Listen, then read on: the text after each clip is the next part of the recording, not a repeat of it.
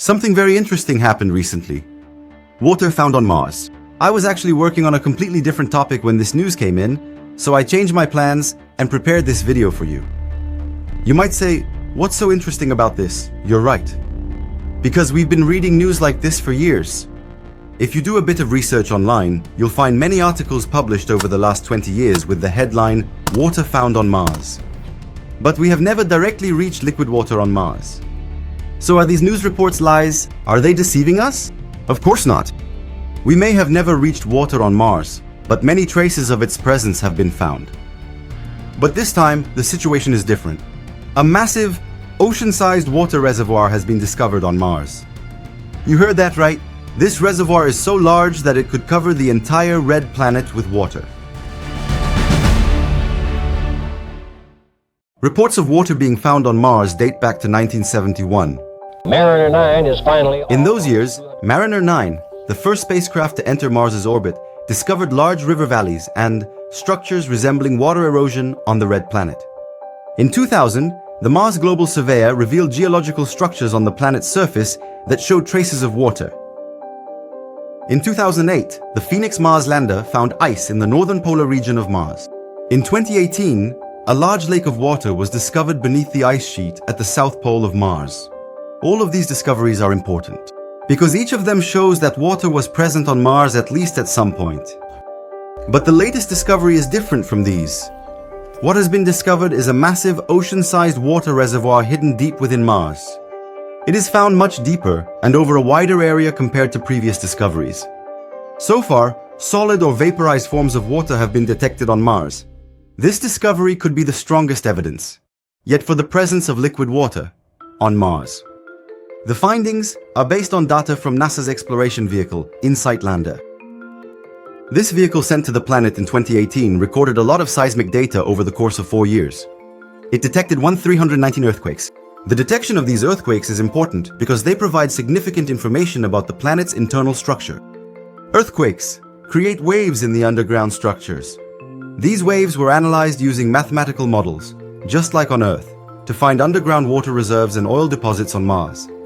Using this data, scientists obtained information about the thickness of Mars' crust, the depth of its core, and its temperature. The speeds of seismic waves change as they pass through different materials like rock, water, and ice. Researchers determine the type of material the waves pass through by measuring their speed. For example, dense materials like rock cause seismic waves to move faster. Less dense materials slow waves. It slows down the speed of seismic waves. Scientists have observed a noticeable slowdown in the speed of seismic waves on Mars. It has been determined that the deep crustal formations of Mars are also made up of fractured magmatic rocks. It is believed that there is enough liquid within these rocks to fill an ocean. So that means a massive water reserve.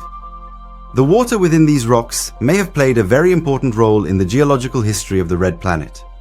It is also thought to provide a potential resource for life on the planet's surface.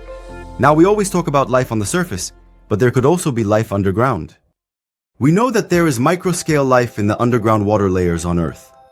The microorganisms here can survive in extreme conditions and form the simplest forms of life.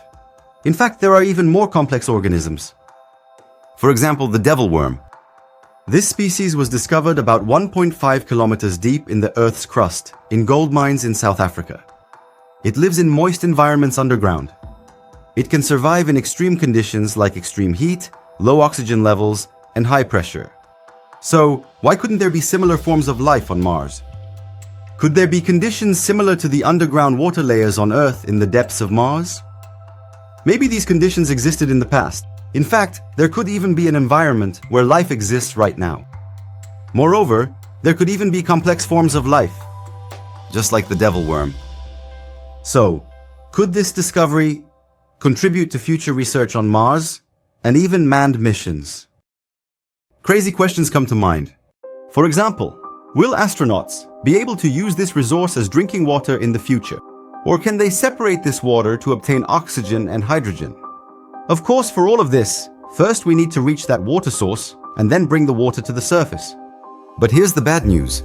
The discovered water reserve lies 11.5 to 20 kilometers beneath the Martian surface. Reaching this point requires a very large drilling operation.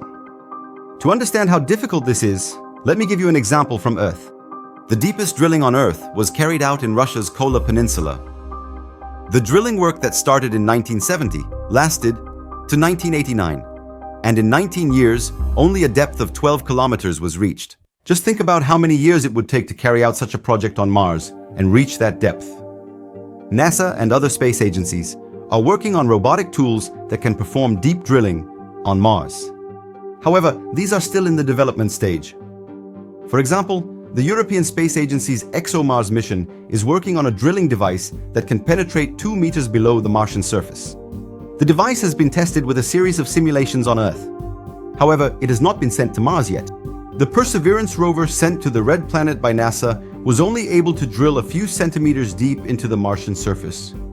So we need to go from a few centimeters of drilling to several kilometers, which unfortunately doesn't seem very possible with current technology.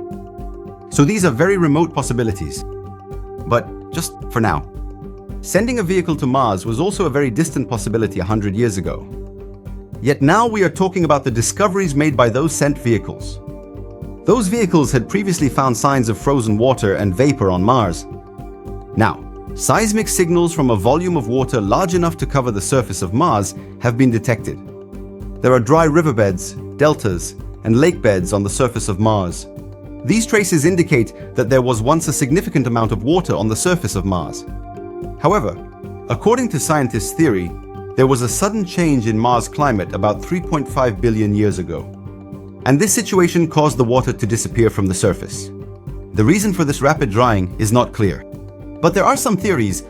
Mars may have suddenly lost its magnetic field, or a meteorite might have struck the red planet. So, could some of the water that disappeared from the surface have gone underground?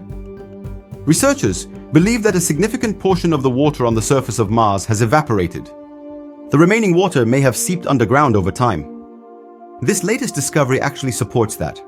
So there may have been a process on Mars similar to the one that occurred on Earth. In the early days of our planet, there was also a significant amount of water on the surface.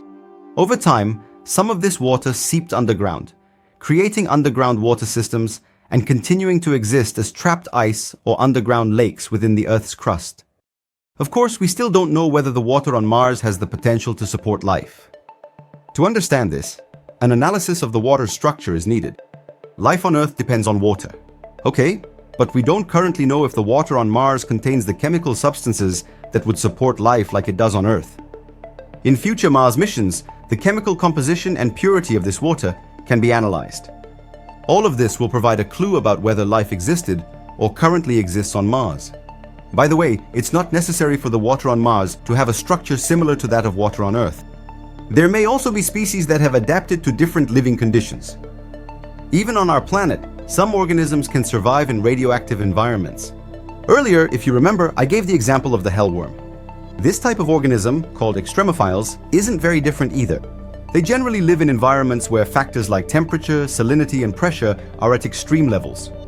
So, life on Mars could also exist in a very wide range, just like on Earth. And there may be organisms that have adapted to chemical conditions we have never known.